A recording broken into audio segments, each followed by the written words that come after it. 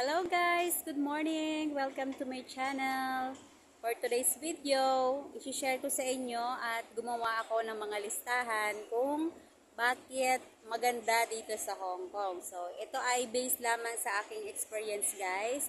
Bilang isang first timer dito sa Hong Kong, nagsulat ako ng mga katangian. Bakit nga ba maganda dito sa Hong Kong? Okay? So, kung bago ka lang sa YouTube channel ko, please like and subscribe para lagi po kayong updated sa mga video na i-upload ko. Okay? So, umpisahan natin. So, nilagay ko dito is number 1. Bakit maganda dito sa Hong Kong? Maganda dito sa Hong Kong kasi malapit lang sa Pilipinas. 2 hours lang guys. Pwede ka nang makarating sa ating bansa. Simula dito sa Hong Kong, papunta ng Pinas is meron lang 2 hours. Kung gusto mong umuwi, anytime, makakauwi ka basta meron kang pamasahe. At hindi rin matagal yung pagta-travel mo. Okay? No hassle. The number 2, dito sa Hong Kong guys, ay meron tayong rest day at meron tayong holiday. Kaya yun ang kagandahan dito sa Hong Kong guys, na meron tayong once a week rest day. Kagaya ngayon, today is my rest day. Every Saturday po yung aking day off dito sa Hong Kong. At kapag day off mo dito guys, ang kagandahan, meron kang 24 hours para magpahinga. So, it's up to you kung saan mo gagamitin yung 24 hours mo. Then, ako naman guys, bumababa ako sa building namin ng around kagaya nito, mga 9 or 10. Depende sa schedule na nakaset ko sa sarili ko. Then, sa church lang ako. Then, after church, around 6 p.m., pauwi na ako niyan guys. Then, 1 hour kasi yung travel ko. Kaya, depende sa'yo kung paano magagamitin yung 24 hours na rest day mo. Kaya, yun ang kagandahan dito. Meron tayong rest day na hindi ka iistorbohin ng iyong employer. Ako kasi, hindi ako iniistorbo ng aking employer guys. Kapag rest day ko, 24 hours talaga akong nakapahinga niyan. So, wala silang pakialam sa akin. The next is holiday. So, ang kagandahan dito sa Hong Kong guys, kapag meron silang mga statutory holiday na tinatawag, kasama po tayong mga domestic helper na nakakapag-off. At kasama na yun sa monthly bayad natin. So, for example, May 1 is Labor Day. Makakapag-off tayo nun guys kasi yun ay stat. Kasama tayong mga domestic helper sa mga statutory holiday. Meron silang binibigay, kagaya ngayon 2024, meron kaming 14 na stat dito sa Hong Kong na kasama tayong mga domestic helper. Kaya yun ang maganda dito guys, okay? Kahit saan ka gumala, pwede. Then next is, kaya maganda dito sa Hong Kong dahil meron tayong insurance. Tayong mga domestic helper ay kinukuha na ng ating mga employer ng insurance dahil nakalagay yun guys sa kontrata natin. Kaya yun din ang kagandahan. Kapag may sakit tayo, pwede tayong magpa-check up at covered na yun ng insurance. Kasi hindi laging malakas tayo guys. Kaya buti na lang dito sa Hong Kong, ang mga domestic helper is covered ng insurance. At kailangan i-provide ng mga employer natin yan dahil yan ay nakalagay sa kontrata. Okay? So, bakit maganda dito sa Hong Kong? Next is meron tayong kalayaan. Meron tayong kalayaang gumala kung saan. Yung mga gustong-gusto ng ating mga kapwa ka-DH. Lagi tayong excited kapag mag-off tayo kasi meron tayong freedom. Depende na sa'yo kung paano mo gagamitin yung freedom mo. Basta ako, freedom kong pag off ko, freedom kong gumising ng kahit anong oras. May freedom ako kahit saan ako gumala. Okay? So, depende na kung paano mo gagamitin yung kalayaan mo dito sa Hong Kong. Okay? So, bakit maganda dito sa Hong Kong? Maganda dito sa Hong Kong kasi pantay yung batas sa domestic helper at sa mga amo natin.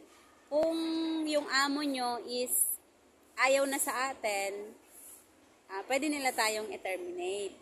Pero kung tayo, ayaw na natin sa amo natin, hindi na natin kaya, pwede naman tayo yung mag-break ng contract natin. Yun din ang kagandahan dito sa Hong Kong na kapag hindi mo na talaga kaya guys, pwede ka nang bumitaw. Okay? Parang gusto ko nang bumitaw yung kanta ni, sino ba kumanta nun guys? Okay, yon. Pantay ang batas nila pagdating sa employment status nating mga domestic helper. Pero kailangan mo munang pag-isipan kung kailangan mo mag-break kasi mahirap din ang walang trabaho guys. So isipin mo yung hirap na pinagdaanan mo at gastos na inutang mo bago ka pumunta dito sa Hong Kong.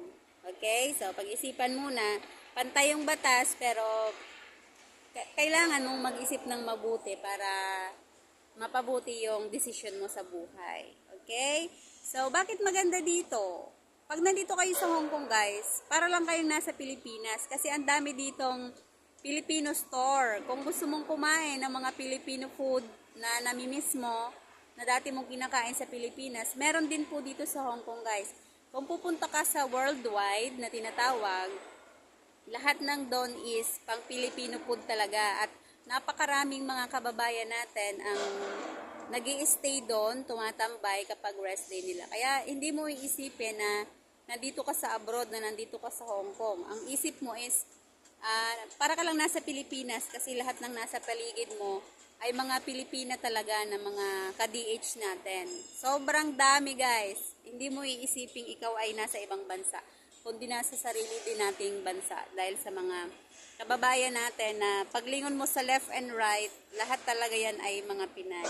Okay? Kaya hindi ka rin masyadong ma-homesick pagdating mo dito dahil para ka rin nasa Pilipinas sa sobrang dami ng mga kababayan natin na nag-i-standby doon sa Central. Okay?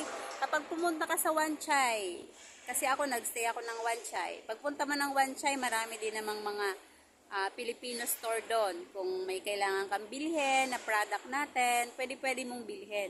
Ang lang guys, kasi parang doble lang yung price. Yun lang yung na-observe ko. Kasi syempre, galing pa sa Pilipinas, then dadalhin dito sa Hong Kong. Kaya expect nyo na medyo mahal ng konti. Huwag nyo na lang i-convert sa peso natin para hindi tayo mamahalan. Kasi ako nako-convert ko sa peso natin, kaya minsan, hindi ko binibili, pero kailangan ko din naman siya. Dahil sobrang nagtitipid, kaya tiis-tiis na lang muna, okay? Kaya napakaraming mga Filipino store dito, kaya huwag kayong mag-alala. Yun ang kagandahan dito sa Hong Kong, okay? So, next na maganda dito is yung transportation. Ano ba yung transportation dito sa Hong Kong? So, dito guys, is mura lang naman yung pamasahe. Gumagamit kami dito ng Octopus. Kung walang laman yung octopus mo, pwede ka rin naman magbayad ng cash. At mura lang naman yung mga pamasahe dito guys. Okay? Then, sa traffic, walang problema sa traffic dito guys. Kaya yun ang maganda. Ako more on travel ko is MTR. Train lang ako guys. Kaya nung nakaraan, sumakay kami ng bus. Papunta kami ng Repulse Bay. Naku, pagbaba ko, hindi ko na napigilan yung hilong-hilo ka na kailangan mo nang ilabas. Buti na lang may plastic ako guys, kaya nakihingi ng plastic sa aking kasama kasi ang sakit sa ulo yung, alam mo yung hindi ka nasanay mag-travel ng bus, kailangan mo na lang, wala kasi puro lang ako MTR. Pag MTR ka kasi nakasakay, parang naalog-alog ka lang, then feeling mo, parang hindi naman siya naandar, pero okay lang. Nasanay kasi ako sa MTR, bihira ako mag-bus, kaya pagdating ng bus, yun, sobrang nahihilo na ako. Okay, so bakit maganda dito sa Hong Kong? Maganda dito sa Hong Kong guys kasi maraming mga pasyalan na mga free. Wala siyang mga entrance fee na tinatawag. Makakapamasyal ka na kung saan mo gustuhin. Nung nakaraan pumunta kami sa Tung Chung guys, yung cherry blossom. Ang ganda doon kasi pagdating namin is palagas na siya. Hindi namin naabutan yung napaka-bloom na mga bulaklak. So, free lang yun guys. Free mong mapupuntahan yung cherry blossom sa Tung Chung. Then next, saan pa ba yung may mga free na pasyalan? Punta kayo sa Diamond Hill. Meron doong Nanlian Garden. Free din guys. Walang entrance. Napakaganda ng mga garden doon.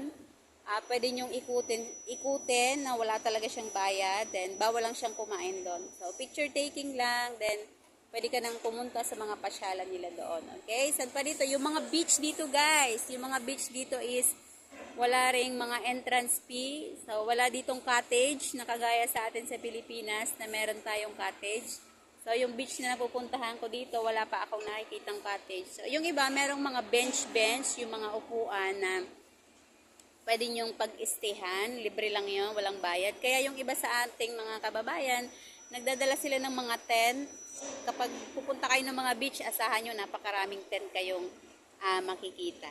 Okay? So, ayan, na-share ko na sa inyo guys yung experience ko dito sa Hong Kong. Bakit para sa akin is nagagandahan ako dito sa Hong Kong bilang isang first timer. Okay?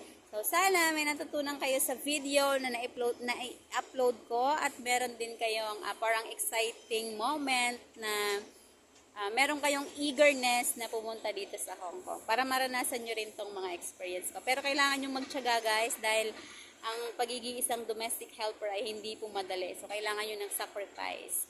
Ako, working ako ng almost 15 to 16 hours, pero kaya pa naman ang powers dahil para sa family natin, gagawin natin ang lahat. Okay, so, thank you so much for watching. Please like and support my YouTube channel para lagi po kayong updated sa mga video na i-upload ko. Okay, thank you so much. Panoorin nyo to, bakit maganda dito sa Hong Kong. Okay, bye-bye!